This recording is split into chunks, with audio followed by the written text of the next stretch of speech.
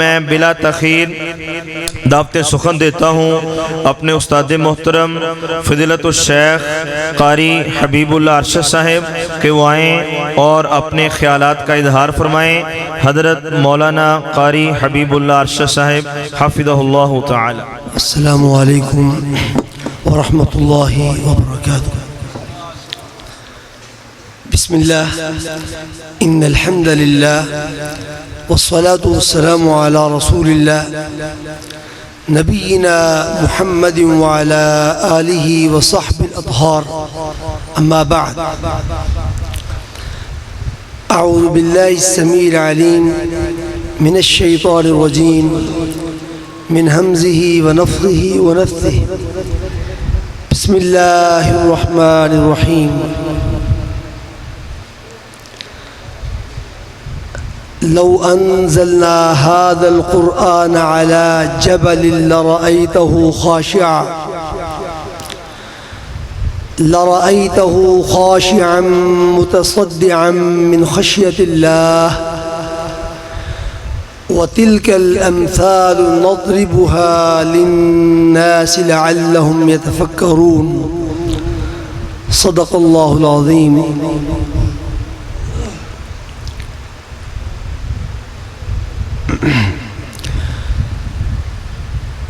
میرے انتہائی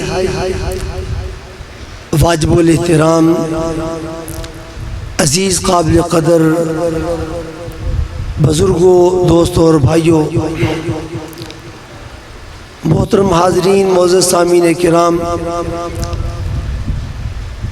اور انتہائی عزت احترام کے لائق قرب و جوار سے آنے والی میری مسلمان ماؤں اور بہنوں اور بیٹیوں، آج ہم الحمدللہ ثم الحمدللہ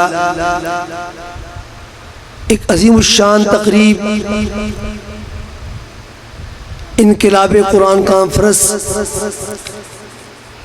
جو کہ 3 حفاظ کرام کی آمین کے موقع پر منعقد کی گئی ہے، اس میں شریک ہیں۔ اللہ رب العزت کی بارگاہ عالیہ میں دعا ہے کہ رب ذوالجلال اس ادارے کو دن دگنی اور رات چوگنی ترقی نصیب فرمائے۔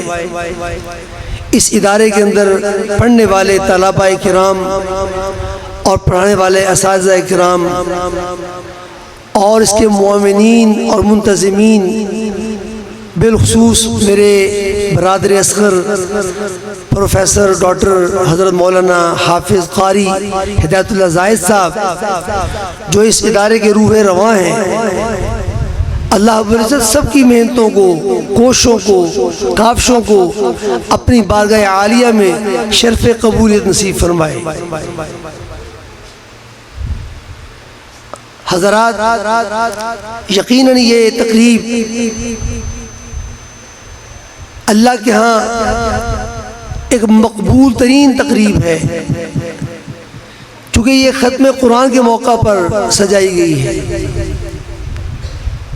اور قرآن کریم جو کتاب انقلاب ہے، جو صرف کتاب ہی نہیں کلام الہی ہے۔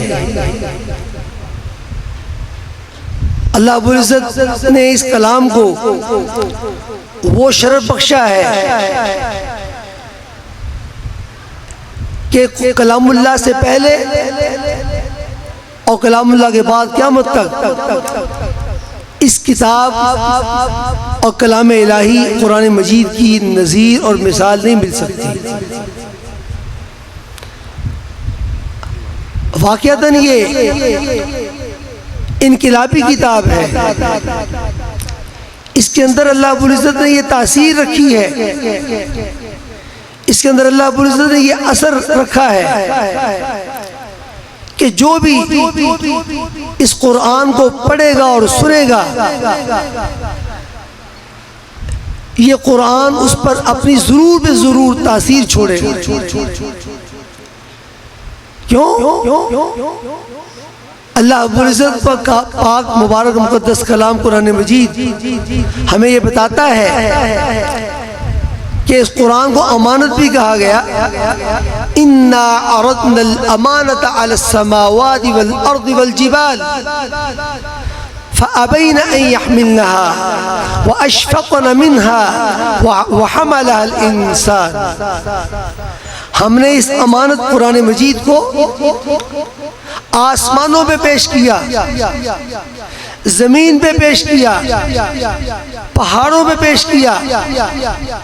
سب نے عاجزی سے ہاتھ باندھ کر معذرت کی، یا اللہ کہاں تیرا پاک کلام اور کہاں ہم اس کا بوجھ نہیں اٹھا سکتے، ہم اس کے متحمل نہیں ہیں. وَأَشْفَقْنَ مِنْهَا، وہ اس سے ڈر گئے کہ جو اس کا تقاضا ہے ادب احترام کا اور جو اس کا بوجھ ہے وہ ہم نہیں اٹھا سکتے. وَحَمَلَهَا الْإِنسَانِ، پھر اس کلام اللہ کے بوجھ کو اٹھایا تو قرآن نے اٹھایا، انسان نے اٹھایا. وَحَمَلَهَا الْإِنسَانِ، اس کو پھر اٹھایا، اس کی ذمہ داری کو نبھایا تو انسان نے نبھایا. اور قرآن مجید کی جو انقلابی تاثیر ہے، جیسے میں نے آپ کے سامنے قرآن مجید کی آیت تلاوت کی، لو انزلنا هذا القرآن على جبل، اگر ہم اس قرآن کو پہاڑوں پہ اتارتے، لرأيته خاشعا، تو آپ دیکھتے کہ پہاڑ ریزہ ریزہ ہو جاتے، متصدعا، ڈر جاتے پہاڑ اور ریزہ ریزہ ہو جاتے. کیوں؟ من خشیت اللہ، اللہ کے ڈر کی وجہ سے، اللہ کی خشیت کی وجہ سے.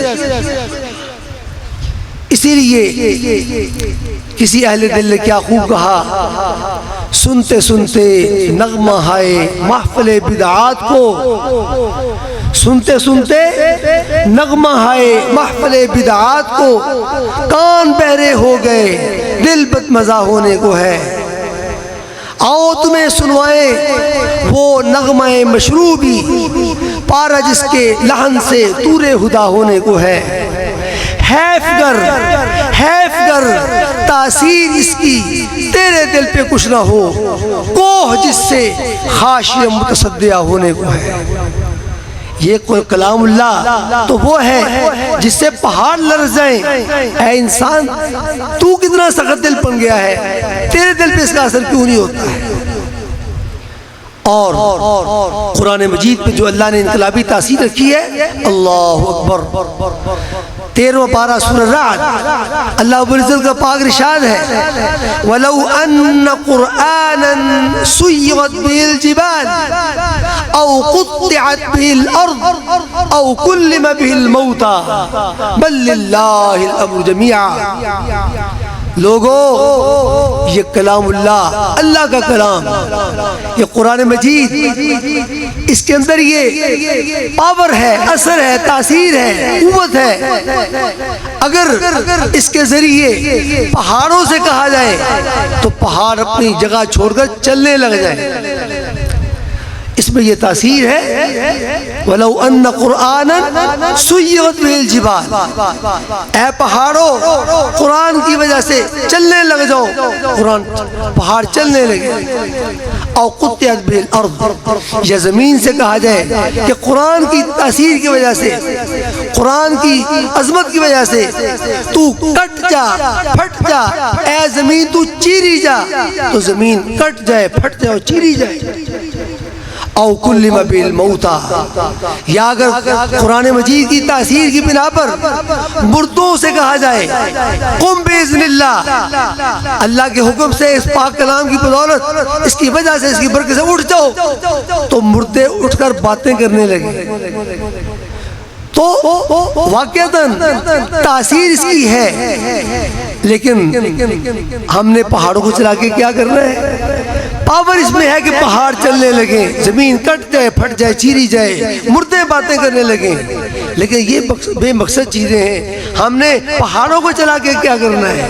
ہم نے زمین کو پھاڑ کے چیر کے کیا کرنا ہے؟ ہم نے مردوں سے باتیں کر کے کیا کرنا ہے؟ قرآن اس مقصد کے نازل نہیں ہوا، اس مقصد کے لیے نازل نہیں ہوا. پاور اس پہ ہے کہ اس کی بدولت پہاڑ چلنے لگے، زمین کٹ جائے، پھٹ جائے، چیری جائے اور مردے باتیں کرنے لگے. لیکن یہ مقصد نزول نہیں ہے. مقصد نزول بہت اونچا ہے. قرآن کا مقصد نزول کیا ہے؟ پوری انسانیت کی ہدایت. یہ تمام عالم کے تمام جہانوں کے لیے یہ رہبر اور رہنما ہے، یہ ہدایت کا باعث ہے، یہ ہدی للمتقین ہے، ہدی للناس ہے.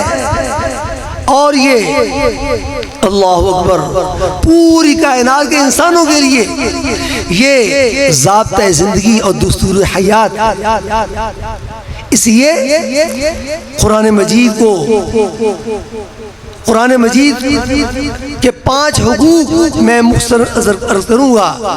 ہر مسلمان کو چاہیے کہ وہ قرآن مجید کے ان 5 حقوق کو یاد کرے. قرآن مجید پر ایمان لانا یہ اللہ کا کلام ہے. باقی کتابیں کتب سماویہ وہ آسمانی کتابیں، ان کی حفاظت کا ذمہ اللہ نے نہیں لیا تھا اور وہ آج اپنی اصلی شکل میں نہیں ہے. لیکن قرآن مجید اللہ کی کتاب بھی ہے، اللہ کا کلام بھی ہے. اور یاد رکھیں اللہ بادشاہوں کا بادشاہ ہے، اللہ حاکم الحاکمین ہے. اور آپ یہ بات اچھی طرح جانتے ہیں کہ بادشاہوں کے کلاموں کے بادشاہ ہوا کرتے ہیں. بادشاہوں کے کلاموں کے بادشاہ ہوا کرتے ہیں. کلام الملوکی ملوک الکلام، کلام الملوکی ملوک الکلام. بادشاہوں کے کلاموں کے بادشاہ ہوا کرتے ہیں. یہ تو پھر اللہ رب العزت جو بادشاہوں کا بادشاہ اس کا کلام ہے. تو اس لیے ہر مسلمان کو چاہیے کہ وہ قرآن مجید پر ایمان رکھے کہ یہ اللہ حاکم الحاکمین کی کتاب ہے، یہ اس کا کلام ہے. اس نے اپنے بے مثال منہ سے، بے مثال زبان سے اس کو نطق فرمایا ہے، اس کو پڑھ کر نازل کیا ہے.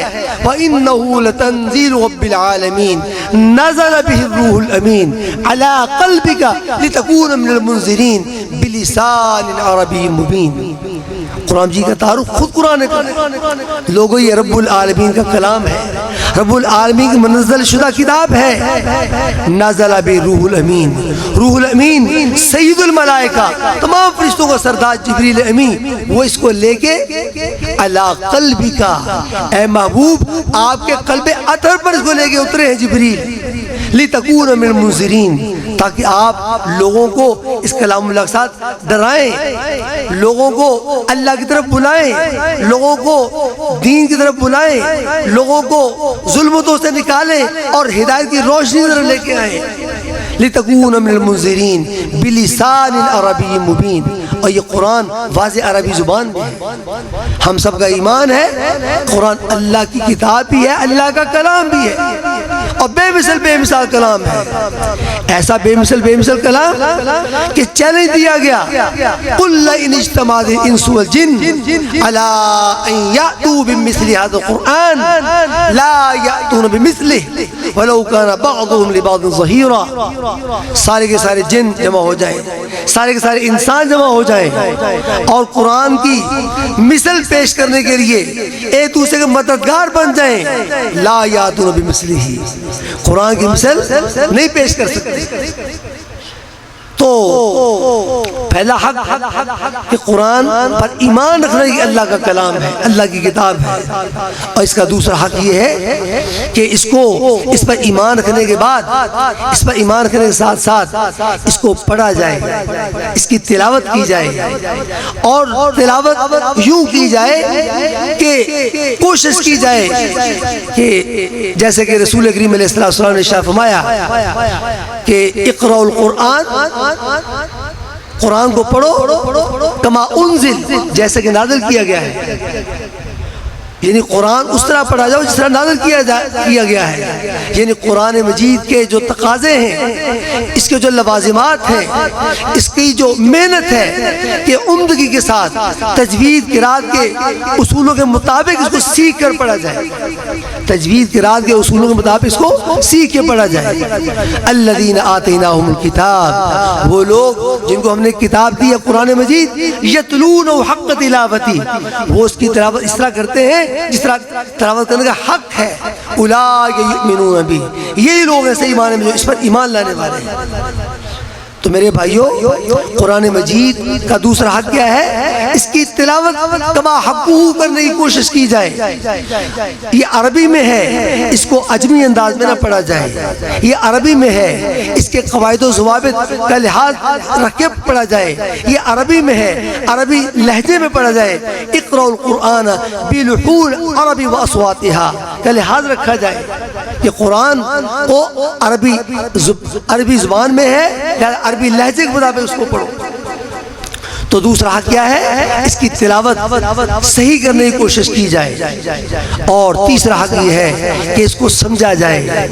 یہ اللہ رب العزت کا اپنے بندوں کے نام خط ہے، اس کو سمجھا جائے. جب کسی اور، ہم پنجابی ہیں، کوئی انگلش میں خط آ جائے، ہم اس کو گلے میں نہیں ڈالتے بلکہ اس کو سیکھتے ہیں یا کسی سے سنتے ہیں، اس کی ٹرانسلیشن کرتے ہیں، اس کا ترجمہ کرتے ہیں. تو قرآن عربی میں ہے، ہم عجمی ہیں، اس لیے ہمیں عربی سیکھنی چاہیے، یا قرآن کو اتنی عربی سیکھنی چاہیے جتنا کم از کم قرآن کو سمجھ. تو میرے بھائیوں، فہم قرآن بہت ضروری ہے. فہم قرآن یہ ہر دور کے اندر ہر مسلمان کے لیے یہ بہت بڑی ضرورت رہی ہے. لہذا قرآن مجید کو سمجھا جائے، قرآن مجید پر ایمان رکھا جائے کہ اللہ کا کلام ہے، اور اس کی تلاوت کما حقوق ادا کرنے کی کوشش کی جائے، اور قرآن مجید کو سمجھا جائے. اس کو احادیث کی روشنی میں سمجھا جائے. من مرضی کا معنی نہ اس کا کیا جائے، جیسا کہ اس کے غلط معنی کرنے والے لوگوں نے اس کے مفاہیم کو بدلا، اس کے معانی کو بدلا. تو قرآن کو حدیث کی روشنی میں سمجھا جائے. قرآن کی تشریح اپنی مرضی سے نہ کی جائے بلکہ حدیث کی روشنی میں کی جائے. تو یہ قرآن کا حق ہے کہ قرآن کو پڑھنے کے ساتھ ساتھ اس کو سمجھا جائے کہ اللہ رب العزت ہمارا خالق و مالک ہے، ہم سے کیا کہہ رہا ہے، ہم سے کیا تقاضا کرتا ہے، ہم سے کیا چاہتا ہے. وہ یہ اللہ کا بندوں کے نام خط ہے، اس کو بندے پڑھیں، سیکھیں اور سمجھیں. اور پھر اس کا چوتھا حق یہ ہے کہ اس پر عمل کریں.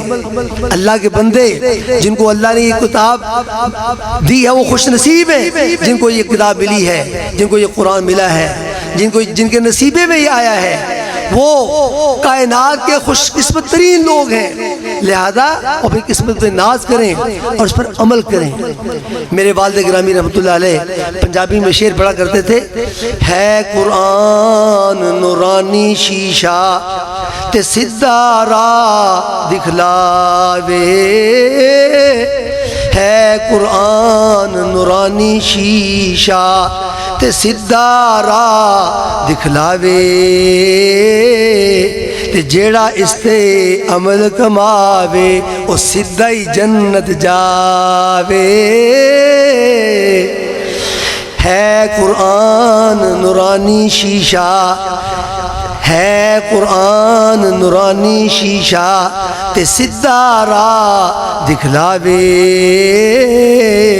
تے جیڑا اس تے عمل کماوے او سدھا ہی جنت جاوے. تو گویا چوتھا حق یہ ہے کہ قرآن کو سمجھ کر اس پر عمل کیا جائے، اس پر عمل کیا جائے.